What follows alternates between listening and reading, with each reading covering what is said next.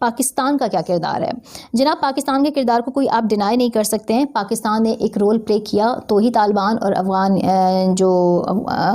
حکومت ہے, طالبان ہے, امریکہ ہیں, یہ تینوں ایک پلیٹ فارم پر بیٹھے ہیں آج افغانستان میں امن لانے کے لیے, کسی ایسے فارمولے کو طے کرنے کے لیے جس کے ذریعے افغانستان میں امن لایا جا سکے. جب 2001 میں جو ہے وہ امریکہ نے افغانستان پر چڑھائی کی اور تاریخ کی بدترین بمبارڈمنٹ کی, تورا بورا کو تباہ کر کے رکھ دیا, تو وہ انیشلی طالبان کو جو ہے وہ پسپا کرنے میں کامیاب ہو گئے تھے.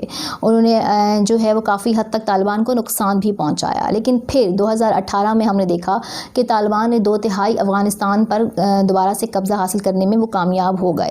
15-16 سال بعد طالبان کا جو ہے وہ امریکہ اور نیٹو کی اتنی ہزاروں کی تعداد میں افواج کے ہونے کے باوجود افغانستان پر اس طریقے سے غالب آ جانا امریکہ کے لیے ایک واضح شکست تھی جو اس کو نظر آ رہی تھی.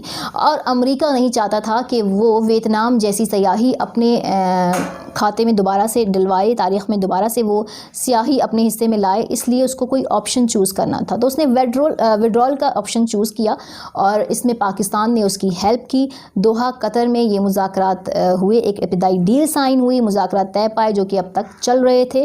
اور میں نے آپ کو جیسے کہ ویڈیو میں بھی بتایا کہ اس میں کیا کیا طے ہوا تھا. یہ یوں ہونے جا رہا تھا.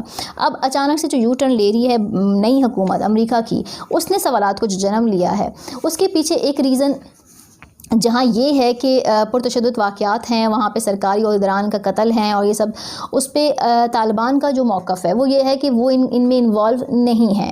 اور انہوں نے کہا ہے کہ ہم نے اب تک جو ہے وہ اپنے معاہدے کی پاسداری کی ہے, اور جب تک امریکہ اپنے چیزوں پر قائم رہے گا ہم بھی اس بات کو پاسداری کرتے رہیں گے. اس کے پیچھے کون ہے؟ اس کے پیچھے جناب بھارت ہے. بھارت نہیں چاہتا کہ افغانستان میں جو ہے وہ دیر پا امن آئے, کیونکہ پرامن افغانستان بھارت کے حق میں نہیں ہے. ایک دفعہ افغانستان میں امن آ جاتا ہے تو پاکستان میں اس سے اسٹیبلٹی انکریز ہو جائے گی, وہ بھی یہ نہیں چاہتے ہیں. اور اگر افغانستان کا ایشو ریزالو ہو جاتا ہے تو اس خطے میں ایک ان ریزالو جو اونلی ایشو رہ جائے گا وہ کشمیر کا رہ جائے گا, اور اس میں کشمیر پھر دنیا کو کشمیر میں جو بھارت کے مظالم اور اس کا ستم اور وہ جس طریقے سے انسانی حقوق کی پامالیاں کر رہا ہے وہ صاف صاف نظر آئے گا, اور پھر دنیا ایک دفعہ مل کر بھارت کے اگینسٹ پہ دباؤ ڈالے گی اس ایشو کو ریزالو کرنے کے لیے. تو بھارت یہ نہیں چاہتا, اس لیے وہ ان تمام دہشت گرد ایکٹیویٹیز میں ملوث ہے, اور وہ اس نے یہ تمام چیزیں کروائی ہیں, نہ صرف افغانستان میں کروائی ہیں بلکہ افغانستان کی سرزمین کو پاکستان کے اگینسٹ بھی استعمال کیا ہے.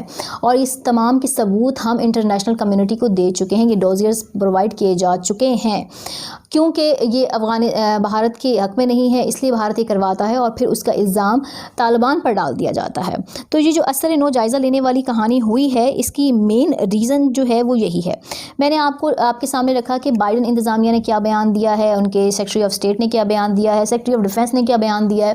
اب میں یہاں آپ کو بتاؤں گی کہ طالبان کا کیا موقف آیا ہے. جی ہاں, طالبان کا یہ موقف آیا ہے کہ اگر 14 ماہ تک امریکی افواج یا نیٹو یہاں سے نہیں جاتی افغانستان سے, تو پھر وہ جو اب تک کی جنگ بندی انہوں نے کر رکھی ہے غیر ملکی افواج پر حملہ نہ کرنے کی, جو ایک شرط تھی ڈیل کی, اس کو انہوں نے پورا وہ ان کے کہنے کے مطابق کہ ہم نے اس کی پاسداری کی ہے, تو وہ اب ہم اپنا جواز کھو بیٹھیں گی وہ شرط, اور پھر ہم اپنے ساتھیوں کو چھڑوانے کے لیے غیر ملکی افواج پر, نیٹو پر, امریکی افواج پر دوبارہ سے حملے کر سکتے ہیں, ہم دوبارہ سے لڑائی کے میدان میں آ سکتے ہیں. میں آپ کو بتاتی جاؤں کہ اس تمام عرصے میں جو سپیس ملا ہے طالبان کو, اس میں اس نے خود کو بہت منظم کر دیا ہے, پہلے سے زیادہ مضبوط کر دیا ہے. اگر وہ دوبارہ اس ڈیل کی پاسداری نہیں ہوتی یا اس ڈیل میں ایسی امینڈمنٹس لائی جاتی ہیں تو پھر طالبان کو وہ جواز مل جائے گا کہ دوبارہ سے وہاں پہ امریکہ کو ٹف ٹائم دیا جائے. تو اس ڈیل کو ڈیریل کرنا امریکہ کے اپنے مفاد میں بالکل بھی نہیں ہے.